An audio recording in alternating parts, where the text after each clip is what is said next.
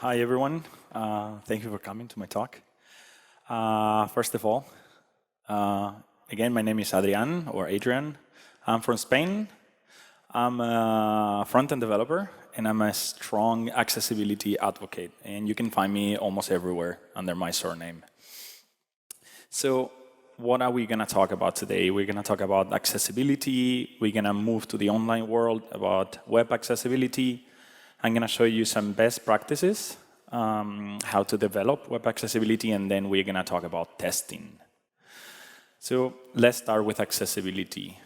The definition of accessibility is about providing access to information for everyone, regardless of age or ability, so that each individual can realize their full potential.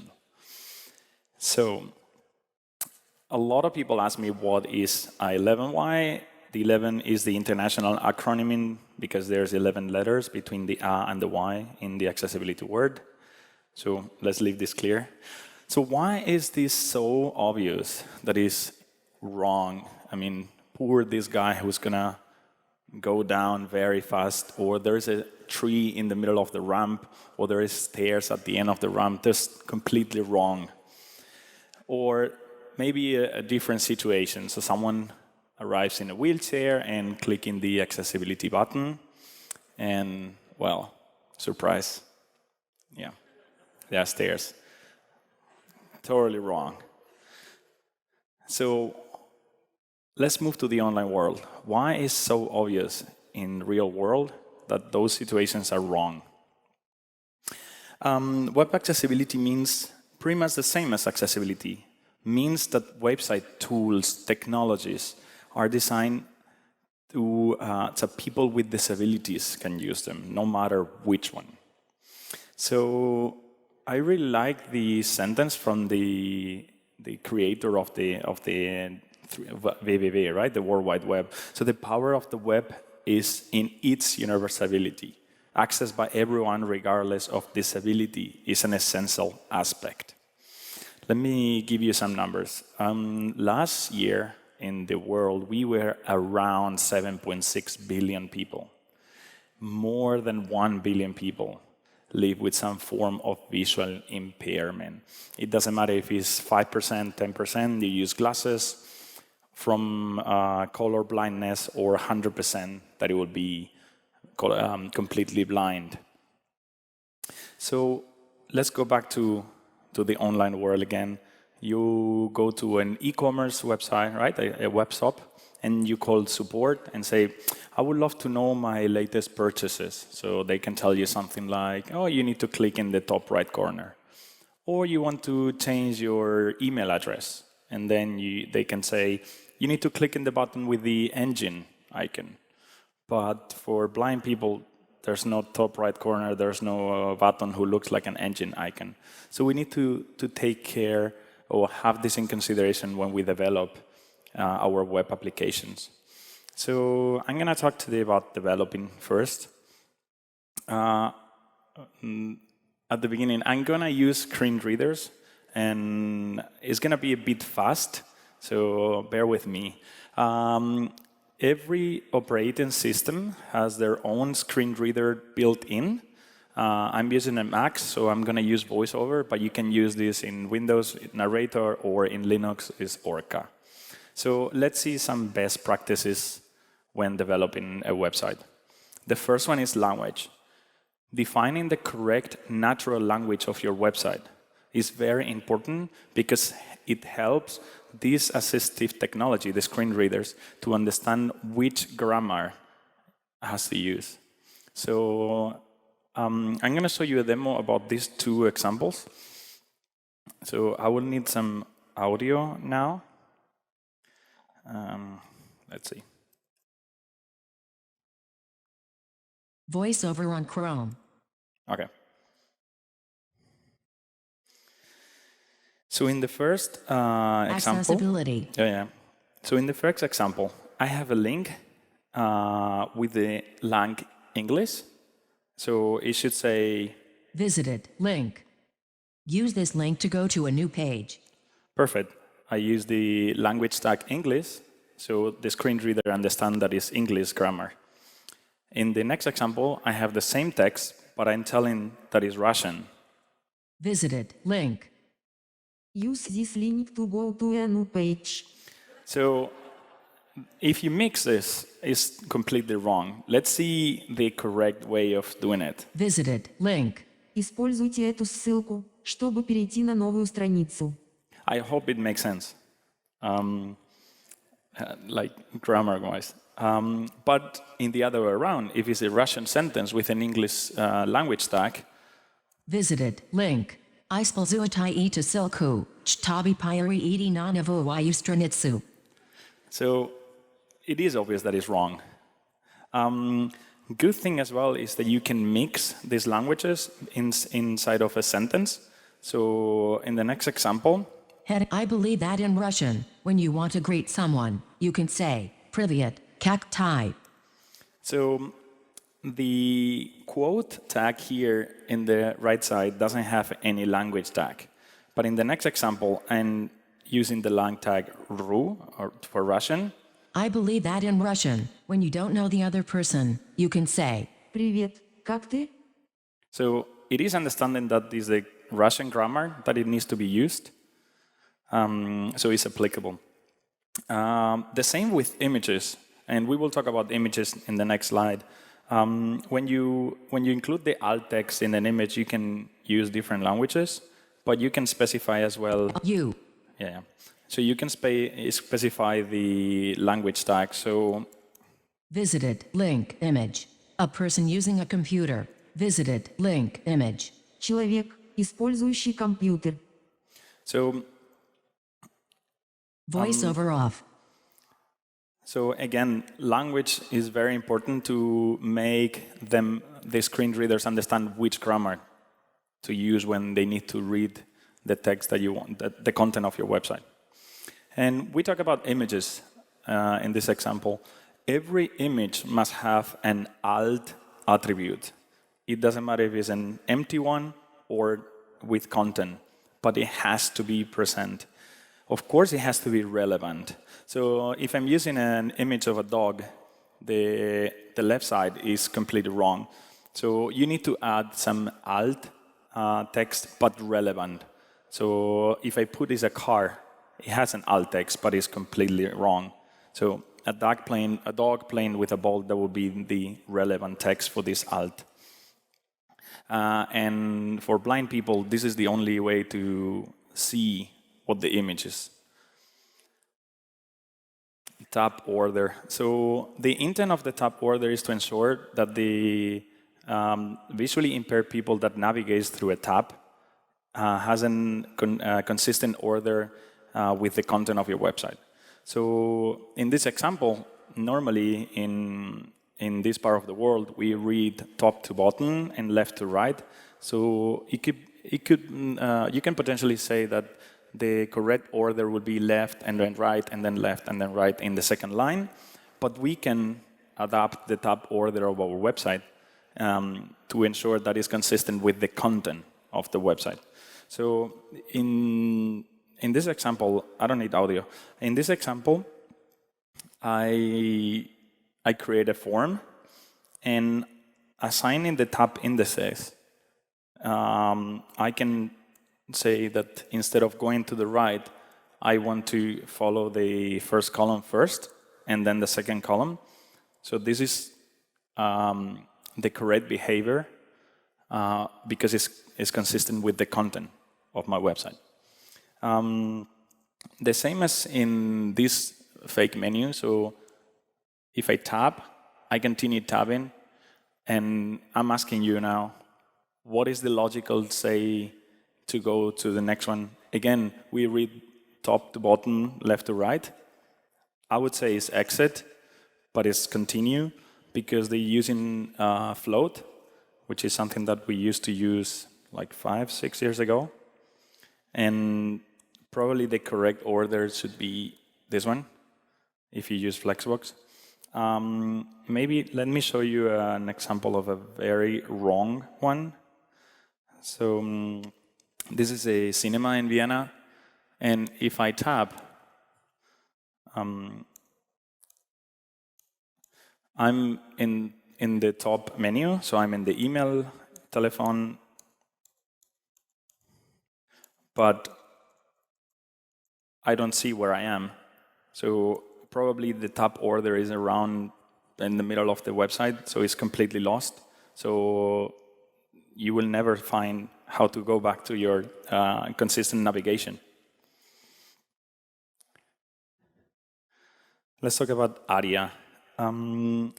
Aria, Accessible Rich Internet Application, is a set of attributes that the W3C, which is the international consortium that sets the standards for HTML, CSS, defines the way that to make the web content accessible.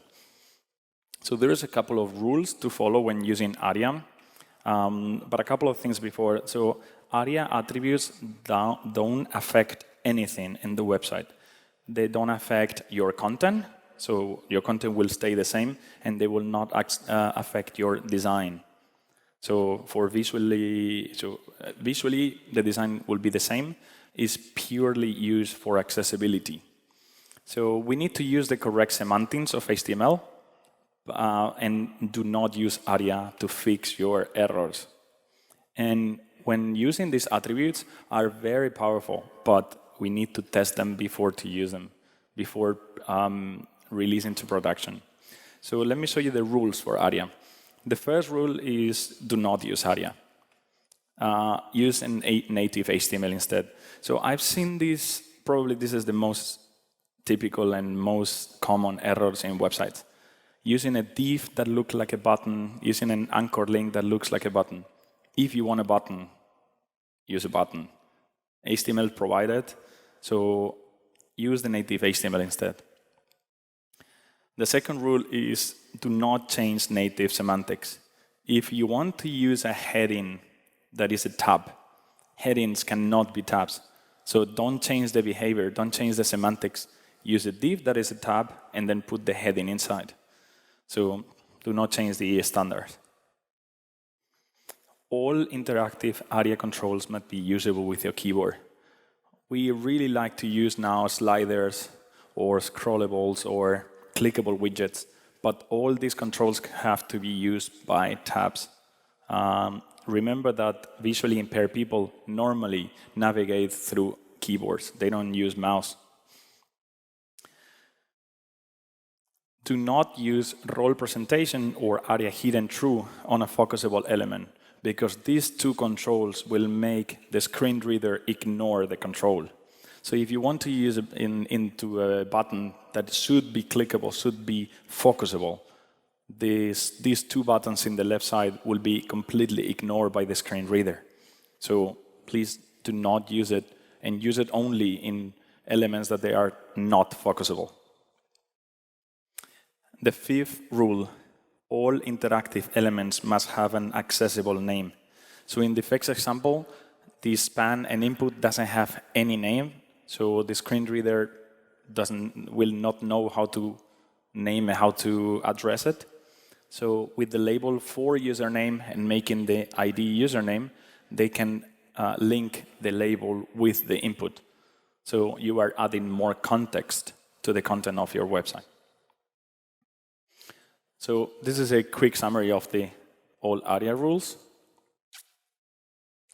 And we're gonna use them too, so I'm gonna show you an example of a couple.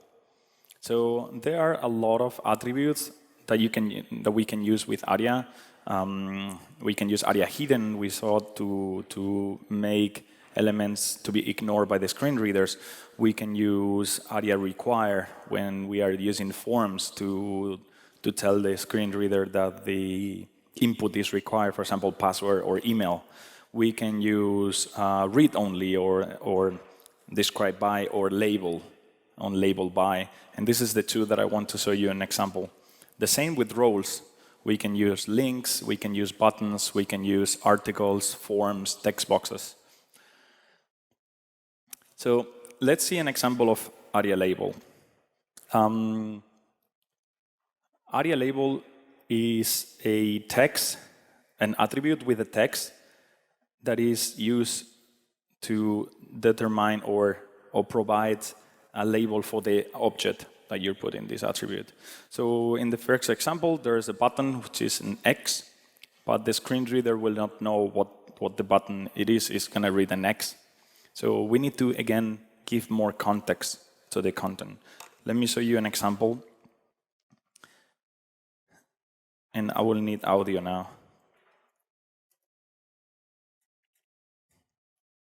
Voice of So in the first example, we have two phone numbers. So if I tap to the first one, link +7 666 1234 4321.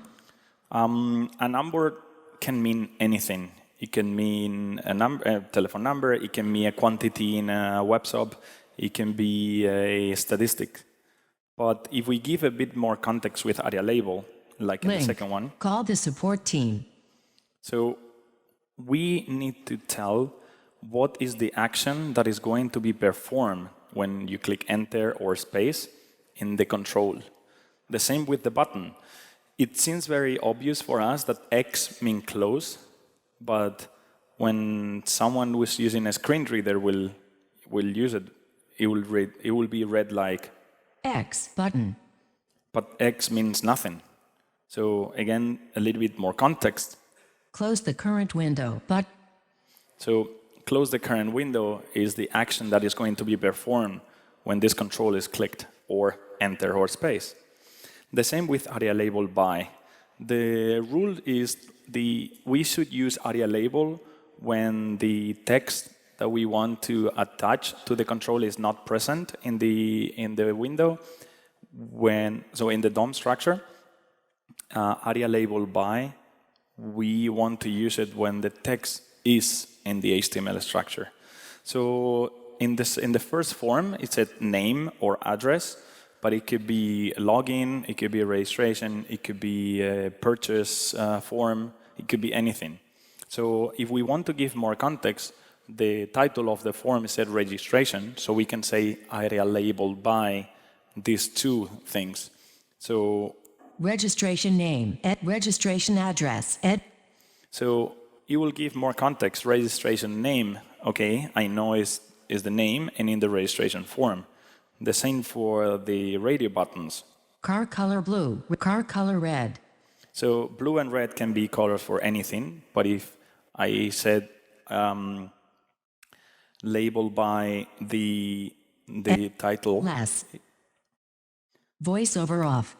If I say label by the title of the form and the input or the label of the input, then I can tell more context.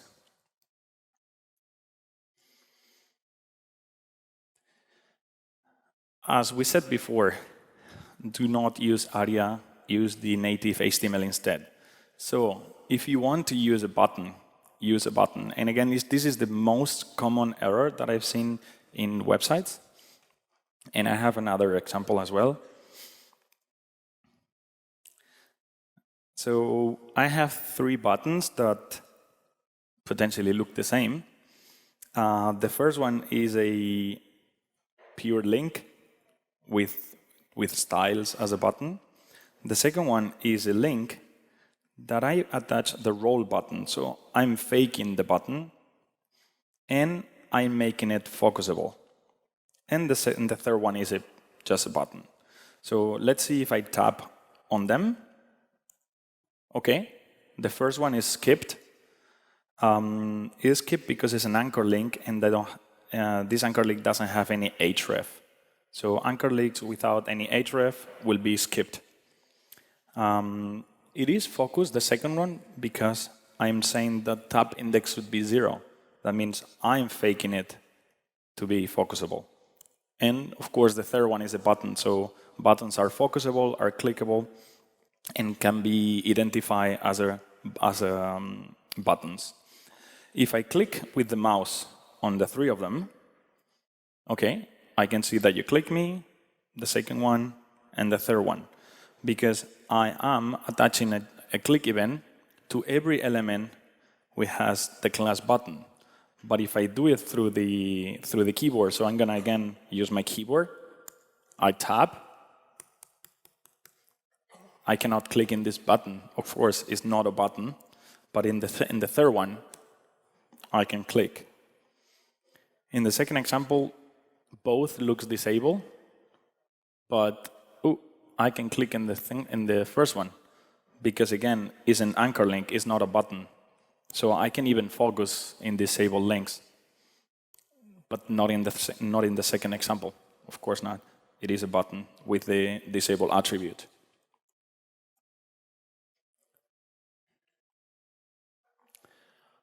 Focus. Front-end developers like me sometimes needs to fight with UI designers who can tell you, do you know this outline out of the inputs and the buttons that doesn't fit with our corporate image? Can you delete them all? Please do not do it. Do not do it unless you provide custom styles, and I see this a lot as well. Because when someone is not completely blind but has 20, 30%, or you forgot your glasses at home, you need to know where the focus is in the forms, in the buttons, or in the links. So this is the visual feedback that you have. So again, visually impaired people navigate through tabs. So you need to know exactly where are you in the website. So this is the outline that I'm talking about. So if I tap over a control, then I can see this one. But you can customize it. Of course, you can delete it, but you need to give an alternate option. But there is a very nice new feature that is coming in the next standards, which is called Focusable. This is a pseudo class in CSS, and what it's doing is it's identified how did you arrive to the button. So if you arrive via tap or you arrive via the mouse. So if you arrive via tap, I'm going to show you because I think you're visually impaired. But if you're using a mouse, they will not show you because the browser considers that you can see the button. So this is something that is going to happen soon. You can enable it via a flag in Chrome, but it will be soon in the standards. JavaScript. We have tons of frameworks now, React, Vue, Angular. So we use this framework normally to update the DOM, the content of our website. But we need to tell the screen readers that this information has been updated in the screen. So we can use Aria live regions for that. For example, there's two classes of Aria live regions, status and alert, or polite and assertive. And I want to show you how they sound like. So what is the difference between polite and assertive? Polite will wait until the current sentence is completely read and then will inform you. While assertive will break the flow and will read the Aria live region immediately. It is up to you as developer to know which one to use in which case. So I'm going to click in both buttons. VoiceOver on Chrome. I will click in both buttons in the middle of the button so you can see the difference. Accessibility. Sending a message is important, so I will do it for you. So please click this button. The message has been sent. So polite in the first example has wait until the long button name is read, and then the message has been sent is read. In the second one, because it's an error, I want the user to immediately be informed. So sending a message is important. There was an error. Please try again later. So this is the difference between the VoiceOver off. The role status and role alert, or Aria live regions, polite and assertive. Every role status is by default polite, and every role alert is by default assertive. But it's only up to a human, a developer, to decide when to use each one. So those are the best practices when developing web accessibility. Again, natural language, all the images has to have an attribute. Think about your tab order. Use Aria labels and so Aria attributes, but test them before. Do not delete the focus outline unless you provide custom styles, and understand what JavaScript means for your users. All the examples that I show you are in CodePen, but let's talk about testing now. So automate tests can free up your QA department, QA team for manual tests every single application, every single part of your application. But it's not magic. They cannot make automatically your site accessible. We need to understand that only from 20 to 50% of all accessible issues can be found by automate test. So we need to think in a whole large testing process, manual and automate. So I created a very simple React application with 3 tiny components. The first one is a button. The second one is a fake button, as I saw you before. It's a link with a role button. And the third one is an image. And in the main entry of the app, I put a lot of errors. So let's see what we can find. Let's start testing while we code. So since it's a React-based application, Deque Labs is a company who created the Axe family. So I'm going to use the React Axe to start with. You can install it as a dependency if you're in your code. And you need to be sure that you only execute it in development environment and not in production.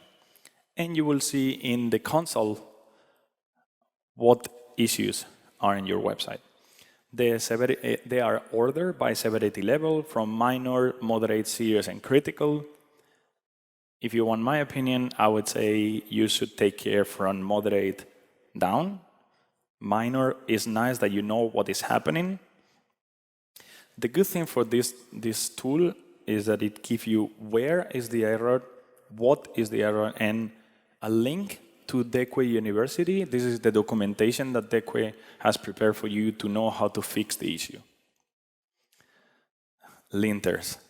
So when we code, ESLint or TSLint has a plugin for accessibility, and you can see directly in the code editor what are the issues, what are the vulnerabilities that you are violating. In line number 12, it says recommended. So you will be safe enough using only this line. So it's the recommended rules.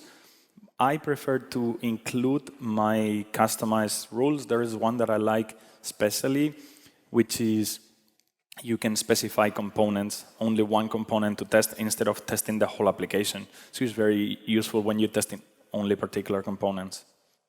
The next one, and probably my favorite, okay, you can see the linting issues as well in the terminal when you run your application. Jest-Ax. So you can write unit test with Yext. It's a JavaScript library to write unit tests. Normally you can write end-to-end, but normally unit tests. Again, install it as a dev dependency in your application. And what I'm doing in this very, very, very small test is importing my whole app.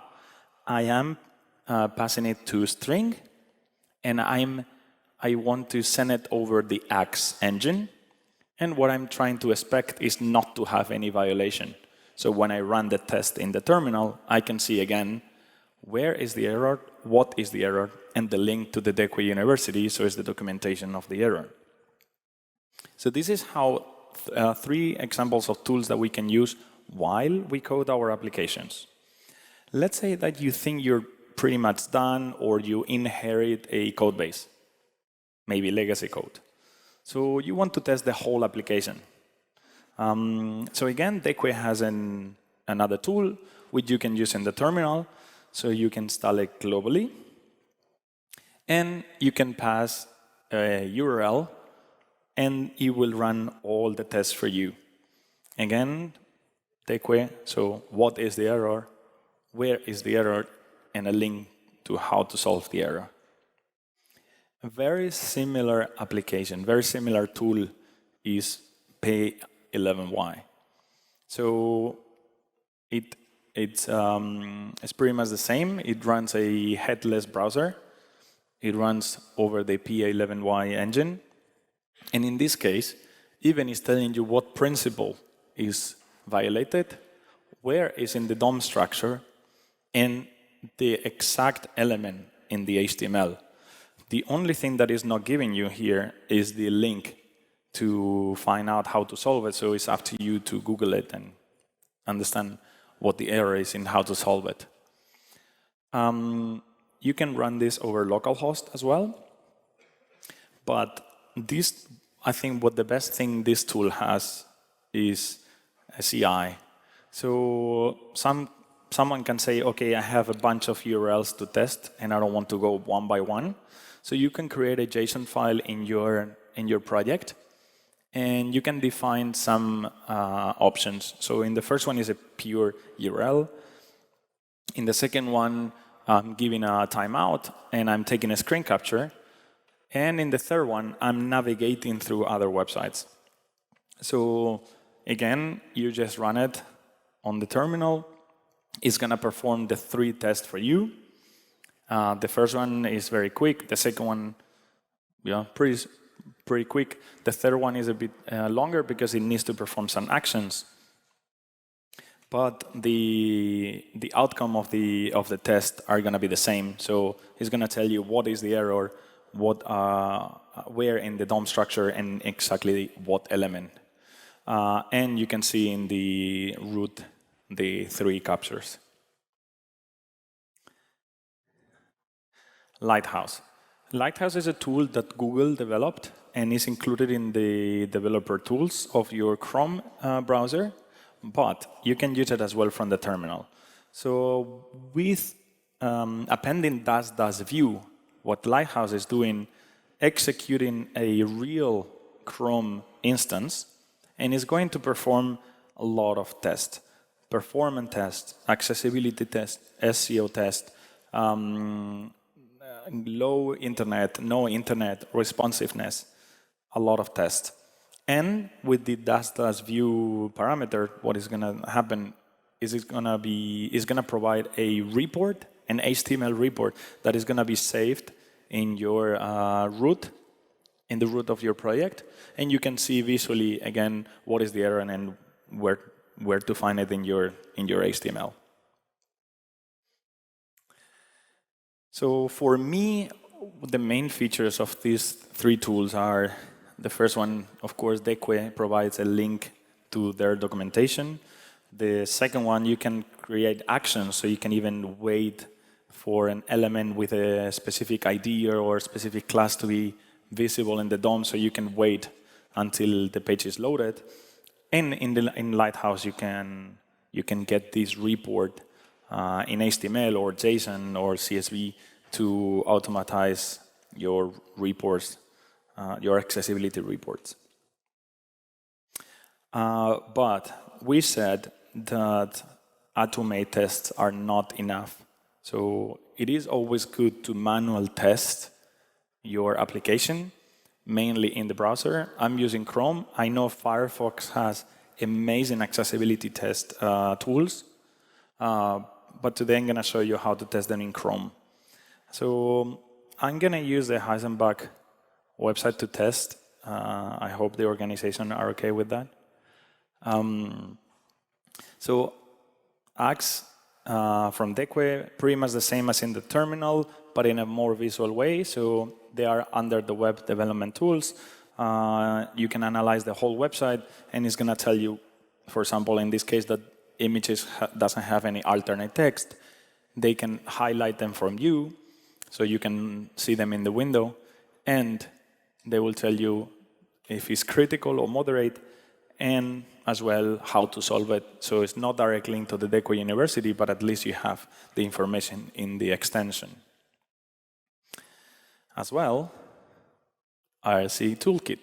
Pretty similar tool, is under the development tools as well.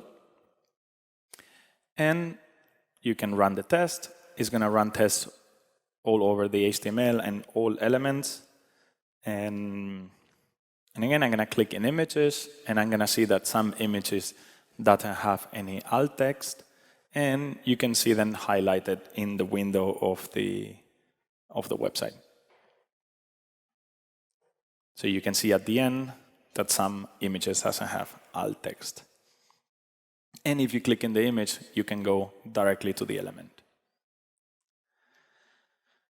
Accessibility insights. So we talked before about the tab order of your website. So it is very important that you know what is the tab order, so to know if it is consistent with the content of your website. So this tool create a tab map. So when you keep tabbing, it will tell you what is the path that the user will follow when it's gonna tab. So you can see if the tab is lost around or is not consistent. Maybe you're tabbing from the header to the footer. That will not be consistent. So in this case, it's quite good. Wave. This is quite new. Actually, last month they rewrote the whole extension. So, and probably the most complete tool.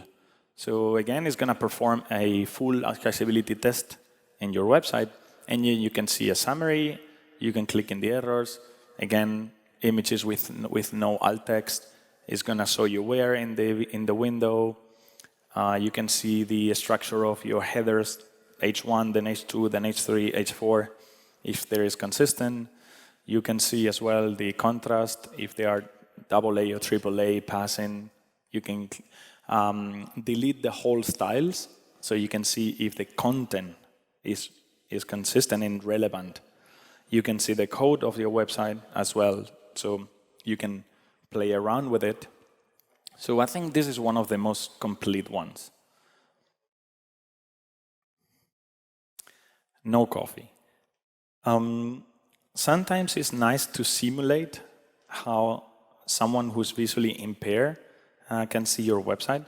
So this extension can simulate someone with, I don't know, maybe you forgot your glasses, or you can see like this. Or maybe someone who's colorblind, so they will not see your colors correct. Or directly no color at all, so how is in black and white? Or maybe who has a severe illness in their eyes, so central or peripheral vision, or maybe floaters. So yeah, you can simulate all these things, and with this one in mind, you can develop better products for your users. So those are the tools that I showed you today. So testing while we're coding, testing the DOM, so maybe you're done or you inherit a code base. And again, manual testing in the browser is as important as automate tests. You can use the first ones to maybe include them in your pipeline so you don't release to production, or you don't even commit without passing the test in these tools. The React application that I create to test the first three are under my GitHub, and the slides of this talk are in speakerdeck.com. I changed the slides of this talk today because 3 days ago a new course has been released in edX, and I totally recommend that to do, is the Introduction to Web Accessibility for Non-Tech and Tech People, and is official for the W3C. And I want to leave with a couple of sentences. for me, one of the most important is this one. It's not just about disabled users being able to access your website. It's about everyone being able to access your website. I've said a couple of times, if you forgot your glasses at home, if you don't have your mouse with you, if you have kids and then you have your kid in one hand and then you need to use your computer with no mouse, whatever. A couple of weeks ago, I dropped my Mac at the office and my screen is completely black and I needed to buy flights. So this is the thing that you need to take in consideration when we develop applications, because accessibility is not a feature. It's not a post-process. It's not something that we will think later, because later never happens. So we need to understand that accessibility, testing, UX review, developing is a one process. So we need to include that accessibility in our definition of done. Thank you.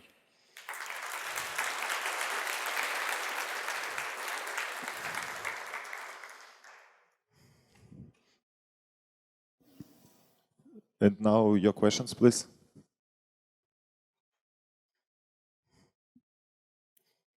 Thank you for your great talk. And I would like to ask you about how to persuade my business people to implement web accessibility. I think in every talk that I give, this is the first question that I got. You need to try not to convince them, but to bring them to understand the importance of accessibility. I believe that your business people want to sell a product, and when you're selling a product, you want to arrive to the biggest amount of people that you can. So if you're excluding visually impaired people, in this case visually impaired people, then you're losing a great amount of audience. But as well, we need to understand the benefits of accessibility. The benefits of accessibility is not only in impaired people. We all can benefit for accessibility. If you include alt text in the images, they are not only for screen reader users. If you have a slow connection, the alt will appear, so you will know what that image means. If you have a language tag in your HTML, for example, the decimal point or dot is different in different countries, or the currency is in different positions, a lot of things like that. It is building a product accessible for everyone and not only for visually impaired. This is what they need to understand, or you need to make them understand that this takes not more time to develop. I think time to market is very important nowadays, but to make a product accessible is not going to take you longer. To add an Aria label in an HTML element takes you 10 seconds more. So it's nothing that we can say, oh, it's a post-process. No, we need to include it in the development process, but it's not going to take longer. Thank you.